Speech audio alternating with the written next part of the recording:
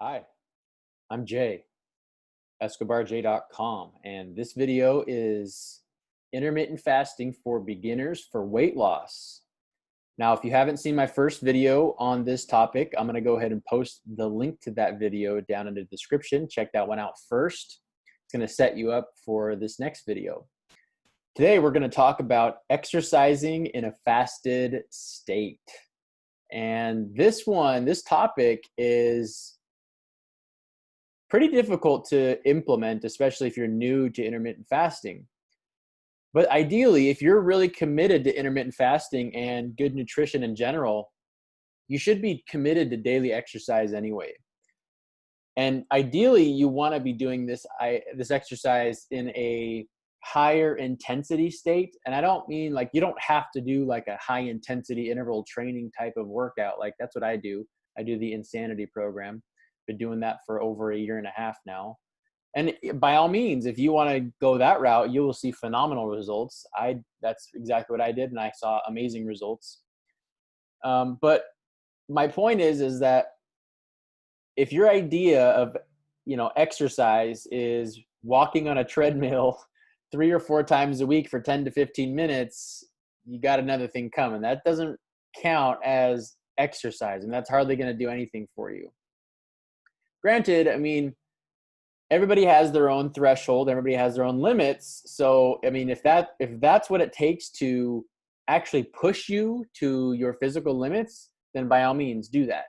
My point is that when you're exercising, you should be sweating pretty profusely. If you're doing it right, you should be sweating. I mean, and most people say, "Oh, I don't."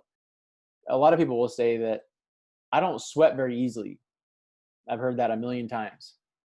But that just means you're not working hard enough. Everybody sweats. Everybody has the same anatomy. Everybody has pores. Everybody has water in their body. So everybody sweats. So my point is that you're going to see much higher success by combining intermittent fasting with hard exercise. And that just means pushing yourself to your limits, essentially. Pushing yourself to exhaustion and then taking a break and then doing it again. And you can do that in many different ways. You can do that with weight training. You can do that with running. You can do that with high intensity interval training. You could do that with, playing a sport like basketball, or you could do that by swimming, or you could do that. There's a lot of different ways that you can do that. But assuming that you're committed to your exercise, bringing this back to intermittent fasting, what you want to do is the best time to exercise during intermittent fasting is going to be at the tail end of your fast. Why? Because most people, when they go to the gym or they're starting to exercise, they feel like they need to eat something beforehand so that they have energy for the workout. And while that can give you energy, like if you have like some oatmeal or some eggs before your workout, if you're trying to lose weight, that's counterproductive, because as soon as you put calories or food into your body is going to start using that food for fuel. And that's the fuel that you will be burning at the gym while you're exercising. Now, if you're only eating a couple, like maybe 50, 100, 200 calories before your workout, then, that could be fine. You'll still see a surplus of calories burned versus calories intaken. If you're eating a lot before your workout, you're 500 to 1,000 calories, your workout may only be 2, 3, 4, 5, 600 calories burned. So if you're eating 600 or 700 calories before, or 1,000 calories before, and you're only burning 400 or 500 calories, you're really kind of negating the whole point of exercise. And that's why you want to exercise in a fasted state. So ideally, what you want to do in a perfect world is you would fast from dinner the following day. And then that means that you would not eat from dinner until lunch the next day. That's kind of the ideal window that you want to be in. And then for your exercise, to increase your results, you'd want to exercise an hour or two right before you break your fast, right before lunchtime. And that is going to be the ideal situation to burn fat. And actually you put on muscle while you're burning fat during, as you're doing this, and then breaking your fast right after that at lunch. Now, if you can't do that, I understand that some people's schedules don't allow them to do that. Some people have busy lives. Some people have priorities that they need to do. So if that doesn't work for you, then here's a kind of a variation off that. So you'd be doing the same thing. You know, your last meal would be dinner the previous day. You'd the following morning, whenever you wake up, do your morning routine, your morning exercise. I recommend you do some meditations, you pray, you do some declarations, you give yourself, 10, 20, 30 minutes in the morning completely to yourself. And then right after that, exercise, and as before all your priorities, before the kids, before work, before your projects, before school, but whatever it is that you have going on, do this, just exercise, because you're still in a fasted state right as you wake up. It's just with this method, it's a little bit harder to have discipline to not break your fast right after your exercise. But you can do it. It's definitely possible, and it would still work really well for you if you did this. If you just exercise the first thing as you wake up, let's say you wake up at 6 a.m. and you have to be somewhere at 8 or 9 or 7 even, or maybe not 7 because you just got to get ready for the day. So maybe 8 o'clock, 8:30, 9 o'clock, you have some plans. Wake up at 6, get your workout in for half an hour or an hour, get ready for the day, right? And then continue fasting from that point until about lunchtime, 11, 12, 1 o'clock, 2 o'clock. If you want to go even further, then great.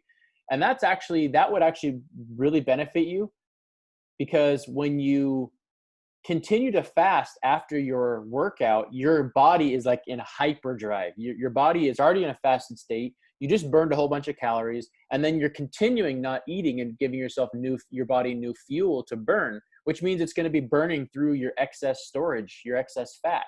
It's going to be using that for fuel because it has nothing. So at that point, that's actually a really good way to burn high amounts of fat quickly. The problem and the hard part that most people struggle with is it's very difficult to exercise in a high intensity manner, whether that's whatever exercise you're doing. It's hard to be like sweating really profusely and then get your workout and burn 400 or 500 or 600 calories when you're already hungry, and then continue to go for 2 or 3 or 4 or 5 hours more without eating food. It takes a lot of mental discipline. And it's possible you can do it. I would recommend it. I've done it several times. I do it all the time still. But the easier way is to just switch that discipline before your workout, and then ideally work out an hour or two before you're going to break your fast. So in my case, what I do is the last thing that I eat is about 5 o'clock the previous evening, 5 to 6 o'clock the previous evening. I don't eat anything. I sleep, and then I wake up the next morning. And then I do my morning routine. I meditate, pray, do my declarations, I exercise, and then I do a couple other things. I get ready for the day, and then come around, 11, 12, 1 o'clock is when I break my fast and when I start eating. And that little system right there, I promise you will see phenomenal results if you use that system to combine your intermittent fasting with your exercise. And you will see dramatic results quickly. I mean, like I said, I lost 75 pounds in a matter of 8 months. And then after, a few months later after that, I gained about 15 pounds using this method. Because when you lean out, and you're eating the right things and you're exercising as hard as you do, as hard as I am, you'll gain muscle naturally. It's just a byproduct of this system. Same with losing the fat. So if you focus on that process and just doing that maybe every other day for the first, 6 months or a year, I promise you will see amazing results. So if you like this video, give me a thumbs up, subscribe to the channel, hit the little bell icon so you don't miss any time I release a video. If you need help with this, if you'd like me to sit down with you and come up with a personalized plan, you can visit my website at escobarj.com and book a coaching session. I'd be happy to sit down with you and come up with a specific plan for you that will be with your specific body type and your specific situation. At the very least, do me a favor and share this with any of your friends and family. Maybe you know somebody who could really benefit from this strategy and losing some pounds. And you don't have to lose 75 pounds. Maybe you only want to lose 10, 15, 20, 25, 30 pounds, whatever it is. this will work wonders for you. You can lose, you could probably lose 10 pounds in a month. I mean, I definitely lost 10 pounds in a month. Probably more than that as I was losing my gut and my extra weight, so to speak.